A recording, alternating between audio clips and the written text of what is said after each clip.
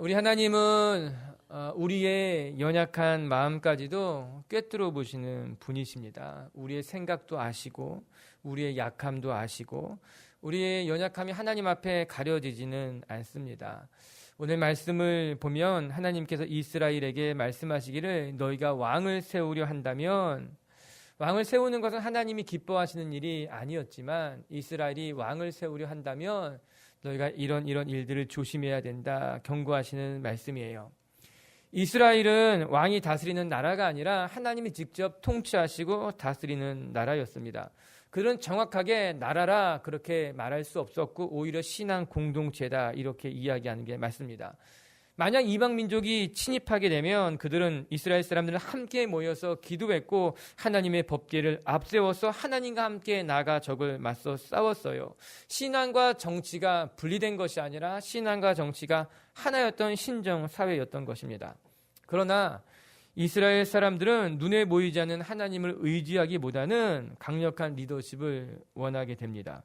눈에 보이지 않는 하나님에게 내 삶, 내 가정, 내 나라를 맡기기보다는 강력한 리더가 세워져서 나라를 이끌어가기를 원했던 것이에요. 그래서 그들이 하나님 앞에 우리에게도 왕을 세워주십시오 그렇게 요구하게 되는 것이죠. 이를 다시 말하게 되면 이스라엘 사람들이 더 이상 하나님의 통치를 만족하지 못했다는 겁니다. 하나님을 신뢰하기보다는 눈에 보이는 사람을 신뢰하고 의지하려고 했던 마음이 그들 가운데 싹트기 시작했던 거예요. 그래서 결국 우리에게 왕을 세워주십시오 한 것입니다. 저는 생각해 보면 현대 지금 우리가 살고 있는 현상과 크게 다르지 않다고 생각합니다. 지금도 수없이 많은 사람들이 눈에 보이지 않는 하나님을 의지하기보다는 눈에 보이는 돈, 권력을 의지하며 살고 있지 않습니까? 눈에 보이지 않는 하나님 앞에 우리의 삶을 맡겨드리기보다는 내 스스로 눈에 보이는 인간적인 방법을 동원하고 인간적인 사람들에게 의지하려고 하는 것이 우리의 연약한 모습이 아닌가. 여러분, 그것은 과거의 이스라엘이 하나님을 멀리하고 우리에게도 왕을 세워달라는 그것과 그렇게 크게 다르지 않다. 본질적으로는 똑같은 이야기라고 하는 거예요. 저는 우리 미체교회 성도들이라면 하나님이 눈에 보이지 않는다 하여도 하나님을 의지하는 사람들, 하나님을 의지하는 신앙을 배울 수 있게 되길 주님의 이름을 축복합니다. 오히려 눈에 보이지 않는 하나님이라 할지라도 우리를 더 강하게 붙들고 계시며 우리의 삶을 더 선하게 안전하게 인도하시는 줄로 저는 믿습니다. 하나님이 이렇게 이스라엘 사람들이 하나님을 버리고 왕을 세워주십시오 요구할 것을 이미 알고 계셨어요. 그러나 그럼에도 불구하고 하나님은 이스라엘 백성들을 버리지 않으셨습니다. 오히려 왕을 세워달라 할 때에 너희들이 무엇을 조심해야 될지를 소상에게 가르쳐 주시는 거예요. 저는 말씀 읽어가면서 참 가슴이 아프기도 했지만 또 한편으로는 참 감동스러웠습니다. 우리가 하나님을 버리고 떠날 것을 하나님은 알고 있지만 오히려 하나님은 우리를 염려하시고 걱정하시면서 우리에게 조심해야 될 것들을, 주의해야 될 것들을 말씀해 주시는 장면이 이해되지 않지만 또 한편으로는 너무나 감사한 거예요. 이처럼 하나님은 우리의 마음을 꿰뚫어 보시는 분이에요. 우리의 중심이 얼마나 부끄러운지 하나님은 알고 계십니다. 그러나 우리를 보시고 우리에게 실망하지 않고 질책하지 않고 우리의 연약함을 품으시고 연약한 우리에게 어떻게 하나님 앞에 나아가야 될 길을 알려주시는 것이 우리 사랑의 하나님이라고 하는 거예요. 사실 예수 그리스도를 보내주시는 것이 그와도 같습니다. 우리가 하나님을 떠났지만, 하나님을 버렸지만 우리가 다시 하나님께로 되돌아갈 길을 하나님이 만들어주신 것이 예수 그리스도예요. 우리가 하나님을 범죄하여 하나님을 버리고 등을 접어서 떠나갔지만 하나님에게 돌아오라 말씀하시고 하나님에게 돌아갈 길을 열어놓으신 것이 십자가의 사건이라고 하는 거예요. 오늘 우리가 그 십자가를 통해서 하나님 앞에 다시 돌아갈 수 있게 되기를 바랍니다. 우리의 연약함을 보시고 그 연약한 가운데도 우리를 부르시는 하나님. 오늘 말씀을 보게 되면은 이스라엘 사람들은요, 사사시대를 거쳐서 이스라엘의 왕을 세워달라고 정말 실제로 요구하고 하나님이 이스라엘 사람들에게 사울이라고 하는 왕을 가장 먼저 세워주셨어요. 왕을 세우는 것은 하나님의 뜻이 아니었지만 그러나 하나님은 연약한 인간들이 요구하게 되자 그들에게 길을 열어주신 것이죠. 이것은 이미 오래전에 하나님이 미리 경고하신 거였어요. 왕을 세우는 것은 나의 뜻이 아니나 너희가 왕을 세우려고 한다면 이런 것들을 유의해라. 첫 번째는 병마를 많이 두지 말라 이야기합니다. 이것은 왕이 오만해지지 않아야 된다는 이야기였어요. 두 번째는 아내를 많이 두지 말아라 이야기합니다. 이 말씀이 주는 참된 의미는 사람을 의지하면 안 된다라고 하는 것이었어요. 우리가 뒤에 또 살펴보게 될 것입니다. 세 번째는 왕이 될 사람은 하나님의 율법책을 가까이 하십시오. 그 말씀을 지켜야 됩니다. 말씀하고 있는 거예요. 이 세 가지가 너희들이 왕을 요구할 때 왕이 행해야 될 일, 유의점이라고 하는 거예요. 그러나 이는 왕에게만 적용되는 것이 아니라 하나님의 백성이라면 우리 모두에게 적용되는 말씀이라고 생각하게 됩니다. 우리가 비록 왕은 아니라 할지라도 우리는 하나님의 말씀을 묵상하면서 우리가 어떤 신앙의 삶을 살아가야 될지를 오늘 말씀을 통해 배우게 되는 거예요. 사랑하는 성도 여러분, 하나님이 저와 여러분을 지키듯이 우리도 하나님을 붙들고 살아가는 분들이 되길 주님의 이름으로 축복합니다. 그럼 하나님이 원하시는 것이 무엇일까? 하나님께서 말씀하신 유의할 것, 조심해야 될 것이 무엇이냐? 오늘 우리 16절을 같이 한번 읽어보겠습니다. 시작. 그는 병마를 많이 두지 말 것이요 병마를 많이 얻으려고 그 백성을 애굽으로 돌아가게 하지. 너에게 이르시기를 너희가 이 후에는 그 길로 다시 돌아가지 말 것이라 하셨습니다. 첫 번째, 왕이 되면 병마를 많이 두지 말아라 이렇게 이야기하고 있는 겁니다. 그 말의 뜻은 무엇인가? 오만해지면 안 된다는 거예요. 왕이 되었다고 해서 교만해지거나 방자해지는 것은 하나님 보시기에 옳지 않다라고 하는 것입니다. 그 병마를 얻으려고 애굽으로 내려가지 말아라. 고대 팔레스타인 지역은 나귀와 노새가 매우 흔한 땅이었습니다. 반면에 말은 매우 귀한 비싼 짐승이었어요. 그래서 예수님께서 예루살렘에 들어가실 때에도 제자들에게 말을 구해오라 말씀하시지 않았습니다. 나귀를 찾게 될 것이다 이야기하신 것이죠.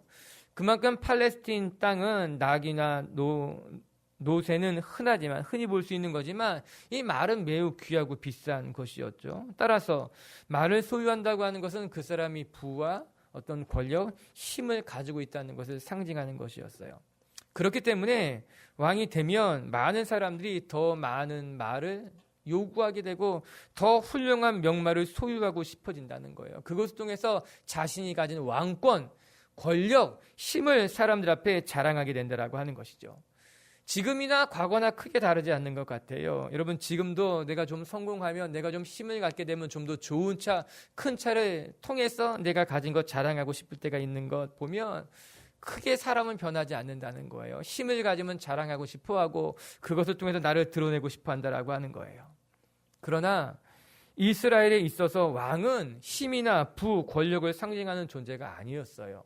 이스라엘에 있어서 왕은 하나님의 통치를 대리하는 하나님의 대리자였다라고 하는 거예요. 왜냐? 본인이 대단한 사람이어서 왕이 된 것이 아닌 거예요. 본인이 힘을 가지고서 힘으로 나라를 차지한 것이 아니라 하나님께서 하나님의 대리자로 하나님이 왕으로 세운 것이기 때문에 결코 이스라엘의 왕은 자기의 힘을 과시하거나 오만방자하게 행동하면 안 된다는 것이었어요. 우리가 반드시 기억해야 될 것은 왕은 하나님이 세운 대리자뿐이라고 하는 거예요. 여러분 이것은 저와 여러분에게도 동일하게 적용되는 것 아닙니까? 여러분 우리가 대단해서 이 자리에 있는 것이 아니에요. 우리가 누리고 있는 것이 내 힘으로만 얻어진 것은 아니라는 것, 내 노력으로만 우리가 지금 있는 것을 가진 것은 아니다라는 것을 잊어버리면 안 되는 거예요. 어떤 농부의 이야기를 들려드릴게요. 돌로 가득한 버려진 황무한 땅이었는데 이 사람이 헐값에 그 땅을 사가지고 정말 열심히 수고해서 돌을 다 걷어내고 몇 년 동안 개간해서 드디어 농사할 수 있는 땅으로 바꿔놓은 거예요. 그리고 그 땅에 씨를 뿌리고 농사를 지었더니 너무나 감사하게도 많은 소출을 얻게 된 것입니다. 감사한 마음에 예배를 드리고 싶어서 준비를 다 해놓고 목사님하고 성도님을 초대해서 함께 예배를 잘 드렸다는 거예요. 그런데 목사님의 설교를 듣고 나서 이 사람의 마음이 너무 어려워지게 된 거예요. 왜 그랬는가? 목사님의 설교가 이 모든 것을 축복해 주신 하나님 앞에 감사하다는 거였어요. 이 모든 것이 하나님의 은혜입니다. 이렇게 어떻게 보면 매우 평범한 설교를 하셨음에도 불구하고 이 농부의 마음에 섭섭한 마음이 든 것이에요. 아니 내가 몇 년 동안 고생해서 이 황무지를 개간했고 밭을 만들어서 열심히 씨를 뿌려 수고했는데 왜 이게 다 하나님의 은혜다, 하나님이 하신 것이다 말합니까? 이게 섭섭한 마음이 든 거죠. 그래서 목사님에게 이야기했어요. 이게 왜 다 하나님의 은혜입니까? 내가 이 황무지를 개간했는데, 내가 열심히 수고했는데, 내가 이 황무지를 개간하기 전까지는 하나님 혼자 여기서 했어봤자 아무것도 얻지 못했던 그냥 황무지였는데, 내가 여기 오니까는, 내가 여기 맡아 사니까는 이것이 이렇게 좋은 땅이 된 것 아닙니까? 그 말을 들어보면 맞는 말 같기도 합니다. 그 사람이 그 땅을 사기 전까지 그것은 그냥 황무지였었잖아요. 그러나 목사님은 이야기합니다. 그래요, 수고한 것이 맞지만, 정말 너무 많이 애썼지만 그 땅을 살 수 있는 돈을 허락하신 것도 하나님이고, 우리 농부께서 열심히 수고해서 돌을 걷어내고 농사를 지을 수 있도록 건강을 주신 것도 하나님이고, 그 땅이 몇 년 동안 쉬었기 때문에 기름진 농토가 되어서 씨를 심자마자 많은 소출을 거두게 된 것도 하나님이 하신 것인데 어떻게 해서 본인이 했다고 이야기합니까?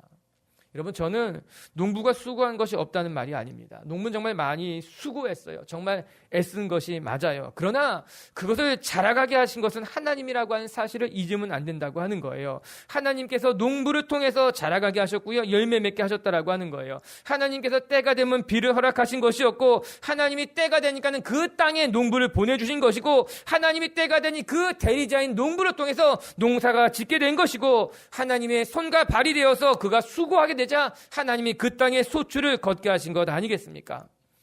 다시 오늘 본문으로 되돌아가면 왕은 대리자라고 하는 거예요. 하나님께서 이스라엘을 대신 맡겨서 섬기게 하는 사람이 왕이었지, 결코 자기의 가진 왕권을, 자기가 가진 권력을, 힘을 자랑하는 사람이 되면 안 된다라고 하는 겁니다. 이에 하나님이 분명하게 말씀하고 계신 거예요. 내가 왕이 됐다고 해서 내가 가진 힘, 내가 가진 권력이 너에게서부터 나왔다고 착각하면 안 돼. 내가 그래서 오만해지면, 방자해지면 안 되는 것이야. 사람들을 무시해서도 안 되고, 내가 가진 것을 자랑해도 안 되고, 그 모든 것이 내 힘으로 말미암았다고 착각해도 안 돼. 하나님이 분명히 그렇게 말씀하고 있는 것 아니겠습니까? 사랑하는 성도 여러분, 그 말이 맞는 거예요. 우리가 자랑할 수 있는 것은 아무것도 아니에요. 내가 지금 많은 것을 가지고 누리고 있다 할지라도 그것은 내가 노력했지만 내 힘으로 얻어진 것만은 아니라고 하는 거예요. 성경에는 이야기하고 있어요. 예레미야 9장 23절을 읽어보게 되면, 여호와께서 이와 같이 말씀하시되 지혜로운 자는 그의 지혜를 자랑하지 말며, 용사는 용맹을 자랑하지 말며, 부자는 그의 부함을 자랑하지 말라. 여러분, 지혜가 있어요. 그러나 그 지혜를 자랑할 필요는 없다라고 하는 거예요. 용맹이 있어요. 용감한 사람이에요. 그러나 용맹을 자랑하지 않아야 된다는 거예요. 부가 없는 게 아니에요. 부가 많이 가졌어요. 그렇다고 해도 부를 자랑할 필요는 없다라고 하는 거예요. 여러분, 우리의 삶에 대한 이야기라고 하는 거예요. 24절은 계속해서 이렇게 말해요. 자랑하는 자는 이것으로 자랑할 것이니 곧 명철하여 나를 아는 것과 여호와는 사랑과 정의와 공의를 땅에 행하는 자인 줄을 깨닫는 것이라. 나는 이 일을 기뻐하노라. 여호와의 말씀이니라. 지혜로운 자는 자기의 지혜를 자랑하는 것이 아니라 하나님을 자랑할 것이며, 하나님을 기뻐하는 것, 그것이 우리가 자랑해야 될 하나님의 이야기, 하나님의 말씀이라고 하는 거예요. 사랑하는 성도 여러분, 우리가 내가 누리는 것, 나에게 허락된 것을 자랑하는 것이 아니라 겸손하게 하나님께서 허락하신 것을 자랑하는 분들이 되길 주님의 이름으로 축복합니다. 그런데 안타까운 것은 우리는 힘을 가지면 그것을 자랑하고 싶어진다는 거예요. 우리에게 무엇인가 힘이 없을 때는 이 사람이 참 좋은 사람이었는데, 이 사람이 오히려 부여하지 않았을 때는 참 괜찮은 사람이었는데, 힘을 갖고 나니 사람이 변하고 부여함을 얻고 나니 사람이 바뀌어지게 되고, 우리의 연약함인 것 같아요. 우리는 힘을 얻으면, 부유해지면, 내 삶이 변화가 일어나면 무엇인가 그것을 자랑하고 싶어하는 것. 여러분, 사울이 안타깝게도 그랬다는 거예요. 여러분, 사울은 이스라엘의 첫 번째 왕이었어요. 오늘 본문의 이야기, 그 사람에 대한 이야기일지 몰라요. 사울은 그가 왕이 되기 전에 참 훌륭한 사람이었어요. 그는 겸손했어요. 그리고 하나님과 이스라엘 사람들을 위해서 헌신할 준비가 되어 있었던 사람이에요. 그렇기 때문에 하나님께서 이스라엘의 초대 왕으로 사울을 기뻐하셨어요. 사울을 세우시는 것을 기뻐하셨다라고 하는 거예요. 그러나 그는 왕이 된 이후에 변했어요. 왕이 되기 전에는 겸손한 사람이었지만, 하나님을 의지하는 사람이었지만, 왕이 되고 난 이후에 그가 권력을 가지고 힘을 갖게 되자 그는 자기의 힘을 자랑했어요. 사람들 앞에 하나님을 의지하지 않고 오히려 사람들을 의지했어요. 결국 그는 사람들을 의지하다가 사람들이 두려워지기 시작했어요. 그래서 하나님 앞에 범죄하는 거예요. 하나님을 떠나가게 된 것 아닙니까? 너무나 안타까워요. 기억하세요. 사람을 의지하다 보면요, 사람이 두려워지게 돼 있는 거예요. 그래서 우리는 실수를 하게 되는 것 아니겠습니까? 사랑하는 미체교회 성도 여러분, 우리가 힘을 자랑하는 것이 아니라, 내 곁에 있는 사람을 자랑하는 것이 아니라, 사람을 의지하는 것이 아니라 하나님만 바라보고 하나님만 자랑하는 분들이 되길 바랍니다. 결국 그래서 우리에게 필요한 것이 무엇인가? 우리는 대리자라는 것을 기억하는 거예요. 하나님께서 나에게 부를 잠깐 맡겨주신 것이고, 하나님께서 가정을 잠깐 맡겨주신 것이고, 하나님께서 교회를 잠깐 맡겨주신 것이라는 걸 기억하는 우리는 청지기의 삶을 살아가야 된다는 거예요. 그리고 우리에게 필요한 것이 무엇이냐? 여러분, 고린도전서 4장 1절 2절에 이런 말씀이 나와요. 같이 한번 읽어봐요. 시작. 사람이 마땅히 우리를 그리스도의 일꾼이요 하나님의 비밀을 맡은 자로 여길지어다. 그리고 맡은 자들에게 구할 것은 충성이니라. 사울이 이 말씀을 기억해야만 됐다는 거예요. 우리는 하나님의 일꾼입니다. 나는 하나님의 비밀을 그냥 맡은 자일 뿐입니다. 그래서 우리에게 원하는 것은 충성입니다.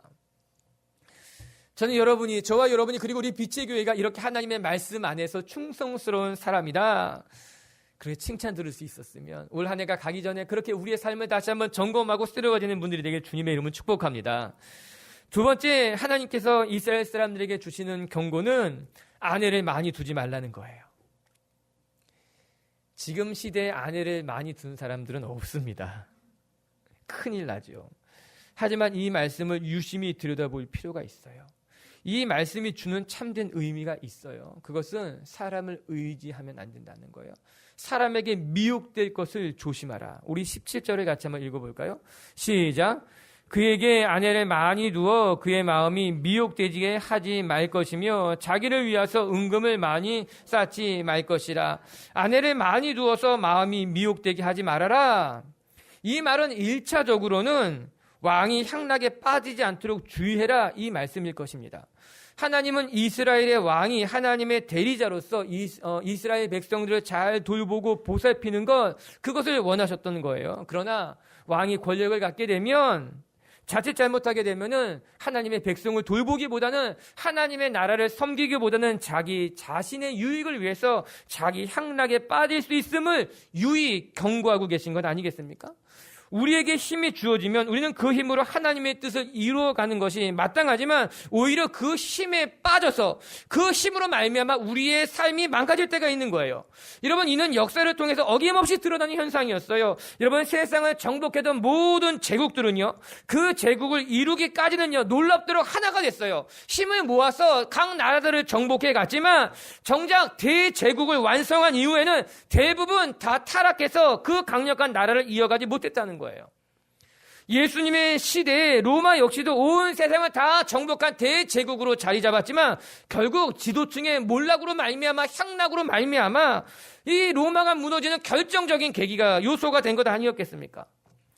하나님은 인간의 연약함을 누구보다 더 잘 알고 계셨기 때문에 이스라엘 백성들에게 경고하고 계신 거예요. 너희가 만약에 왕을 세우게 된다면, 그 왕의 권력과 힘을 가지게 된다면 백성들을 돌보지 않고 자기 향락에 자기 자신을 위해서 살아갈 수 있게 되는 것 유의해야 된다. 여러분, 향락이라고 하는 것은요, 이기주의라고 하는 것, 나만이 생각하는 것은요, 사단이 우리를 걸려 넘어뜨리게 되는 가장 강력한 올무가 될 수 있다라고 하는 거예요. 나만을 아는 것, 나의 기쁨만 위해 살아가는 것, 향락, 쾌락. 우리가 깨어있지 못하면 우리도 이런 것들에 넘어질 수 있는 거예요. 하나님은 분명히 경고하고 계신 거예요. 그런데 이 말씀에 또 하나의 의미가 있다는 거죠. 곧 아내를 많이 두지 말라고 하는 것은 중요한 의미가 한 가지가 있어요. 그것은 그 뒤의 말씀, 미혹되지 않도록 이런 말씀을 통해서 알 수 있습니다. 당시 나라들은 주변국과 정략 결혼을 통해서 정치적인 입지를 견고하게 하는 일이 다반사였다고 합니다. 즉, 옆 나라의 왕녀, 왕의 딸들을 아내로 맞아들이고 그것을 통해서 서로를 견제하고 자기의 나라를 지키는 수단으로 이 결혼을 이용하게 되는 거예요. 대표적인 사례가 이스라엘의 솔로몬 왕을 이야기할 수 있을 것입니다. 솔로몬은 처음에는 하나님만을 온전히 섬겼던 정말 귀한 사람이었지만 점점 변질되어져 갔습니다. 결국 주변국들과 정략 결혼을 통해서 자기의 나라를 견고하게 만들어 가려고 했다는 거예요. 하나님을 의지해서 하나님을 붙들고 자기의 나라를 지키려고 했던 것이 아니라 이 정략 결혼이라고 하는 인간적인 방법을 통해서 자기의 자리를 지키고 나라를 지키려고 했다라고 하는 거예요. 그래서 애굽 바로의 딸을 위해서 밀로궁을 건축하게 됩니다. 그 외에도 솔로몬은 이방의 여인들을 사랑해서 수없이 많은 후궁들을 거느렸으며 결국 그것이 솔로몬이 이스라엘이 멸망하게 되는 결정적인 계기가 되었다고 성경이 말해주고 있는 거예요. 여러분, 이런 정략 결혼들은요, 다 한결같이 하나님을 의지하는 것이 아니라 사람을 의지하는 것이에요. 사람의 방법을 통해서 나라를 다스리려고 하는 매우 인간적인 통치 수단일 수밖에 없다는 겁니다. 여러분, 하나님의 나라라면, 하나님이 세운 왕이라면 마땅히 하나님의 뜻대로 하나님의 나라를 다스리는 것이 맞아요. 하나님이 세운 왕이라면 하나님 앞에 여쭙고 기도하는 것을 통해서 하나님의 뜻대로 백성들을 돌보는 것이 맞다, 옳다라고 하는 거예요. 그러나 시간이 지날수록 사람들은 하나님을 잃어버린 거예요. 믿음을 놓쳐버린 거예요. 자기의 왕의 자리를 굳건하게 하기 위해서 하나님을 의지하기보다는 사람을 의지하고 사람을 의지하는 인간적인 방법을 통해서 자기 자신을 견고하게 만들어가려고 했던 거죠. 성경을 한번 같이 읽어봐요. 열왕기상 11장 1절이에요. 시작. 솔로몬 왕이 바로의 딸 외에 이방의 많은 여인을 사랑하였으니 곧 모압과 암몬과 에돔과 시돈과 헨 여인이라. 솔로몬이 바로의 딸만 사랑한 것이 아니라 그것도 잘못된 건데 그거 외에도 모압, 암몬, 에돔, 시돈, 헨 여인 주변의 여러 나라들과 이 정략결혼을 맺어갔다는 거예요. 계속해서 말씀을 읽어볼게요. 3절 4절입니다. 시작. 후궁이 700명이요 첩이 300명이라. 그의 여인들이 왕의 마음을 돌아서게 하였더라. 솔로몬의 나이가 많을 때에 그의 여인들이 그의 마음을 돌려 다른 신들을 따르게 하였으므로 왕의 마음이 그의 아버지 다윗의 마음과 같지 아니하여 그의 하나님 여호와 앞에서 온전하지 못하였으니 결국 이방 여인들이 솔로몬의 마음을 다른 신들에게 돌아서게 했다는 거예요. 하나님을 따르지 못하게 그 이방의 여인들이 솔로몬이 사랑했던 사람들이 솔로몬을 넘어뜨리겠다라고 하는 겁니다. 이것이 솔로몬이 이스라엘이 무너진 결정적인 계기가 된 것 아니겠습니까?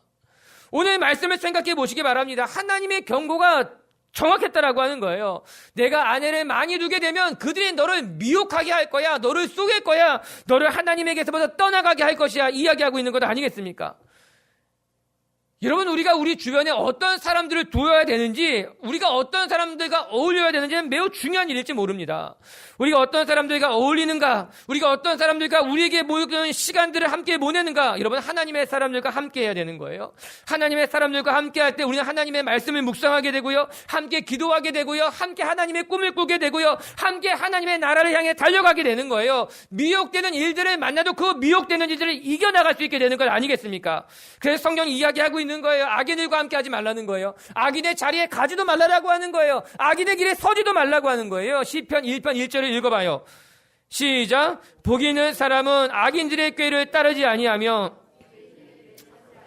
오만한 자들의 자리에 앉지 아니하고. 여러분, 맞아요. 복 있는 사람은 하나님의 사람들은 하나님의 사람들과 함께하는 거예요. 악인과 함께하지 않아요. 악인의 길에 가지도 않아요. 그들의 오만한 자리에 앉을 수도 없다라고 하는 거예요.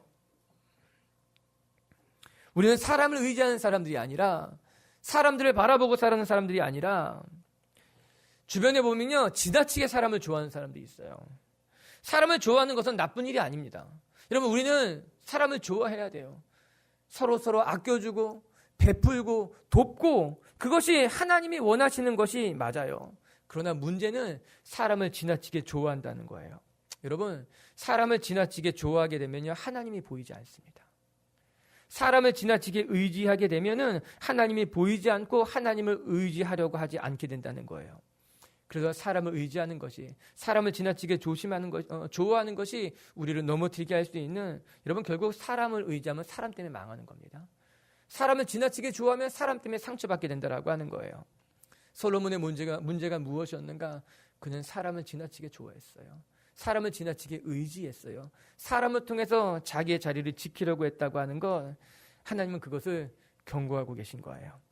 사랑하는 미체교회 성도 여러분, 우리 주변에 좋은 사람들이 많이 있습니다. 그렇다고 해서 우리가 사람을 의지해서는 안 될 것입니다. 우리가 하나님만 바라보고 하나님만 의지하여서 우리의 신앙이 하나님 안에 굳건히 세워져 갈 수 있는 하나님의 사람들이 될 수 있게 되길 주님의 이름으로 축복합니다. 세 번째는, 왕이 될 사람은 하나님의 율법책을 가까이 해야 되며 하나님의 율법책, 하나님의 율법에 따라 지키며 살아가야 된다, 이 이야기 하십니다. 18절과 19절을 같이 한번 읽어볼게요. 시작.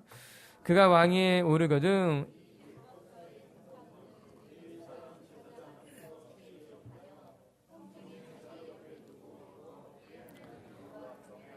배우며 이 율법의 모든 말과 이 규례를 지켜 행할 것이라. 왕이 되면 하나님의 율법서를 옆에 두고 그것을 준수하여 살아가십시오. 그렇게 말씀하고 있습니다. 여기 굉장히 중요한 동사가 3개가 등장합니다. 첫 번째는 율법칙을 옆에 두고, 두 번째는 하나님 경외하기를 배우며, 세 번째는 규례를 지켜 행하라입니다. 옆에 두고 그것을 배우며 그 말씀대로 살아가라. 이 3개의 동사는 서로 밀접하게 연결되어 있고 서로에게 영향을 주고 있는 단어들입니다. 먼저 하나님께서는 왕이 되는 자에게 하나님의 율법책을 옆에 두라고 말씀하십니다. 18절에 보면은 율법서의 등사본을, 그러니까 율법, 그 당시에는 책이 흔하지 않았으니까 귀한 것이니까 내가 왕이 되면 너는 율법책을 잘 기록하여서 등사해서 내 가까운 곳에 항상 두십시오 이야기하는 거예요. 그래서 하나님의 말씀을 늘 가까이 하라고 하는 것 아니겠습니까? 여러분, 우리가 무엇을 가까이 하는가에 따라서 우리의 생각이 변하고요, 삶의 방향이 바뀌게 되어 있어요. 앞에서 이야기한 것 같이 좋은 사람과 함께하면, 좋은 사람을 가까이 두면 우리의 삶에 변화가 일어나는 거예요. 그리고 근본적으로는 하나님의 말씀을 가까이 둘 때에, 하나님의 말씀을 붙들고 내 옆에 둘 때에 우리의 삶에 거룩한 변화가 일어나야 된다는 거죠. 우리는 말씀으로 위로받는 사람들이에요. 말씀을 통해서 힘을 내고 말씀으로 길을 발견하는 사람들이 우리예요. 여러분, 축복해요. 말씀으로 위로받게 되기를 바랍니다. 말씀으로 힘을 얻게 되기를 바랍니다. 우리는 이 말씀 없이는 살아갈 수 없는 사람들이 저와 여러분이라고 하는 거예요. 게다가 성경은 무엇이라 말하는가? 그 말씀을 평생 너의 옆에 두라고 하는 거예요. 저는 이 단어가 눈에 들어오더라고요. 평생 너의 옆에 두십시오.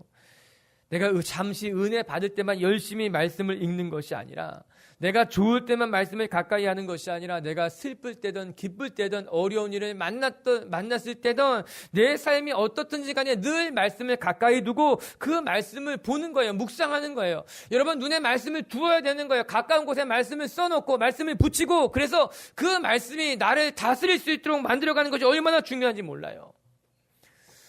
종로 5가에 가면 교회 건물들이 많습니다. 그래서 우리나라에서는 종로 5가를 성지다 이렇게 말하는 사람들도 있죠.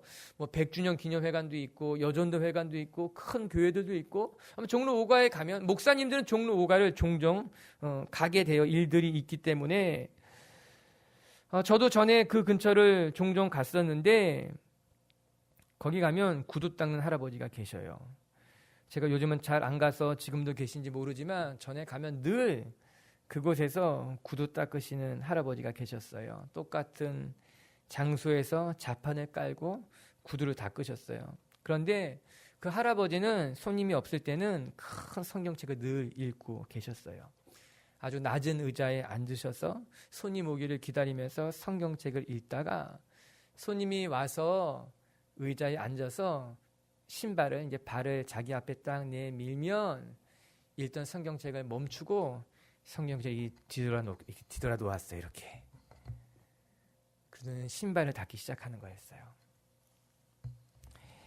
그 신발을 다 닦을 때까지 손님은 움직일 수 없기 때문에 그 성경을 볼 수밖에 없었죠. 재밌는 것은 그 할아버지가 구두를 닦다가 성경을 한 장씩 넘긴다는 거예요.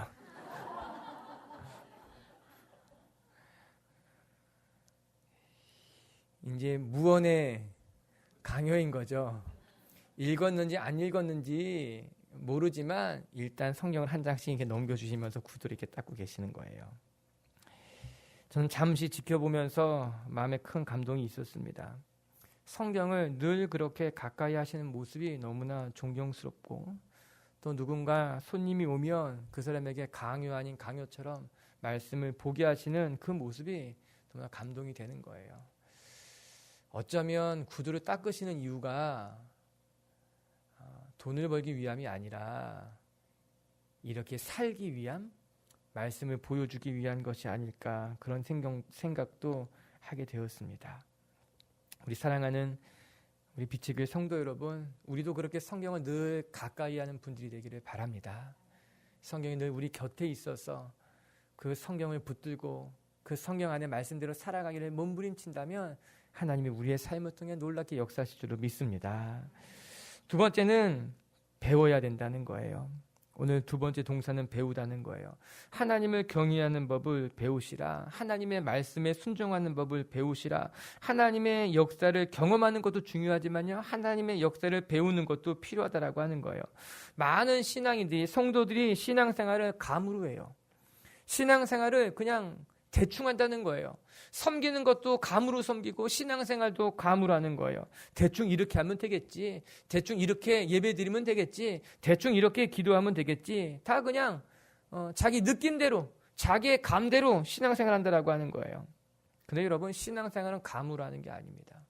신앙생활을 감으로 하게 되면요, 처음은 모르지만 나중에는 엉뚱한 길로 갈 수 있게 되는 거예요. 하나님이 원하시는 신앙생활이 아니라 사람들이 하는 대로 사람을 쫓아가는 신앙생활이 되게 되는 거예요. 내 감정에 의지한, 내가 따라가는 신앙생활이 된다라고 하는 거예요. 오늘 말씀은 의미가 있어요. 하나님 경외하는 법을 배우라라고 하는 거예요. 여러분, 하나님 경외하는 것은요, 배워야 알 수 있는 거예요.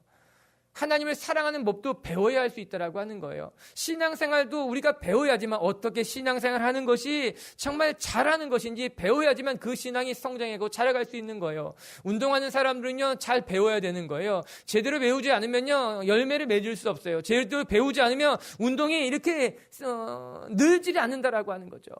신앙도 크게 다르지 않다는 거예요. 여러분, 섬기는 것을 배우세요. 신앙생활을 배우십시오. 하나님을 경외하는 법도 왕은 배워야 된다고 이야기한 것 같이, 저와 여러분이 그렇게 주님의 말씀에 따라서 잘 배워갈 수 있는 신앙이 되기를 바라요. 세 번째는요, 지켜 행하라라고 하는 거예요. 19절에 나온 말씀과 같이 하나님 경외하를 배우며, 그리고 이 율법제의 모든 말과 규례를 지켜 행하라. 그건 우리가 실천해야 된다라고 하는 거예요. 여러분, 이 세 개의 동사가 연결되어 있어요. 하나님의 말씀을 가까이 할 것, 그래서 그 말씀에 따라서 어떻게 신앙생활을 해야 될지를 배울 것, 만약에 내가 신앙생활을 배웠다면 그 배운 대로 실천해야 된다라고 하는 거예요. 여러분, 우리가 열심히 공부하면 여러분 복습해야 되는 거예요. 복습해야지 그것이 내게 되는 거예요. 배운 것을 익힌다고 말하는 거 아니겠습니까? 여러분, 그 복습 중에 최고가 무엇인지 아십니까? 시험 보는 거예요. 내가 공부한 것이 시험에 나오면 여러분, 그것은 잊지 않는 거예요. 실천이 그와 같다는 거예요. 여러분, 많이 배우고 실천하지 않으면 그것이 내게 되지 않아요. 하나님의 말씀을 아무리 많이 듣고 그 말씀의 은혜를 받았다 할지라도 그 말씀대로 살지 못하면 그 말씀은 나를 스쳐가는 말씀일 뿐인 거예요. 내 안에 머물지 않아요. 내 안에도 뿌리 내리지 못한다고 하는 거예요. 그러나 내가 아주 적은 말씀을 받았다 할지라도, 은혜가 내게 아주 조금 들어왔다 할지라도 그 들어온 은혜를 붙잡고, 그 말씀을 붙잡고 내가 삶의 자리에서 몸부림치고 삶의 자리에서 그 말씀을 지키려고 하면 그 말씀이 내 안에 뿌리 내리게 되는 거예요. 그 말씀이 내 안에서 역사하게 되는 거예요. 그것이 우리가 말씀을 지켜 행해야 되는 이유라고 하는 거예요. 이 세 가지는 연결되어 있는 거죠. 말씀을 곁에 두고 그 말씀을 말마다 배우면서 배운 말씀대로 지켜 행하게 될 때 너는 하나님의 대리자로서, 왕으로서 하나님의 나라를 이끌어가기에 충분한 사람이 될 것이라고 이야기한 것 아니겠습니까? 우리가 하나님의 사람이 되었다면 우리 하나님의 말씀을 가까이 해야 돼요. 하나님의 말씀대로 배워야 돼요. 하나님의 말씀을 지켜 행하게 되면 하나님의 백성다운 하나님의 복을 누리는 사람이 된다고 이야기하고 있는 거예요. 할렐루야. 그렇게 여러분의 신앙이 날마다 성장해가고 성숙해가는 분들이 되길 주님의 이름으로 축복합니다. 말씀을 마칠게요. 하나님께서는 우리의 연약함을 너무나 잘 알고 계신 분이에요. 이스라엘 사람들이 하나님을 등지고 왕을 세워달라고 하실 것을 알고 계셨지만 하나님은 그런 이스라엘 사람들을 버리지 않고 책망하지 않고, 그래, 왕을 세울 때는 이런 것들을 조심해야 돼, 그렇게 말씀해 주시는 것 아니겠습니까? 하나님은 우리의 연약함을 아시고 책망하시는 것이 아니라 그 연약함을 품으시고 그 연약함을 통해서 하나님 앞에 나아가는 법을 가르치는 분으로 믿습니다. 오늘 말씀을 통해 우리가 깨달아야 돼요. 첫 번째, 우리는 병마를 많이 두지 않아야 될 것, 즉 하나님이 우리에게 정말 축복을 허락하셨다면 그 축복으로 우리가 오만해지는 것이 아니라, 내 힘으로 얻었다고, 내가 노력해서 얻었다고 자만해지는 것이 아니라 나는 하나님의 대리자일 뿐입니다. 겸손하게 하나님만 자랑하는 분들이 되길 주님의 이름으로 축복합니다. 두 번째, 하나님의 사람은 사람을 의지하지 않습니다. 아내를 많이 두지 말 것은 그들이 너희를 미혹하게 할 것이니, 저와 여러분이 사람을 보고 사람을 의지해서 사람 때문에 망하는 사람들이 되는 것이 아니라 하나님만을 의지하고 하나님만 바라보는 성숙한 신앙이 되길 주님의 이름으로 축복합니다. 그리고 세 번째, 이스라엘의 왕은 말씀을 가까이 하며 그 말씀으로 신앙을 배우며 그 배운 것대로 살아가는 사람이라고 이야기합니다. 우리 빛의교회 성도들도 감으로 대충 신앙생활하는 것이 아니라 말씀을 늘 가까이 두십시오. 그리고 그 말씀을 배우십시오. 그리고 말씀대로 지켜나가는 하나님의 사람들 되길 주님의 이름을 축복합니다. 이름을 축복합니다. 이름을 축복합니다. 이름을 축복합니다. 이름을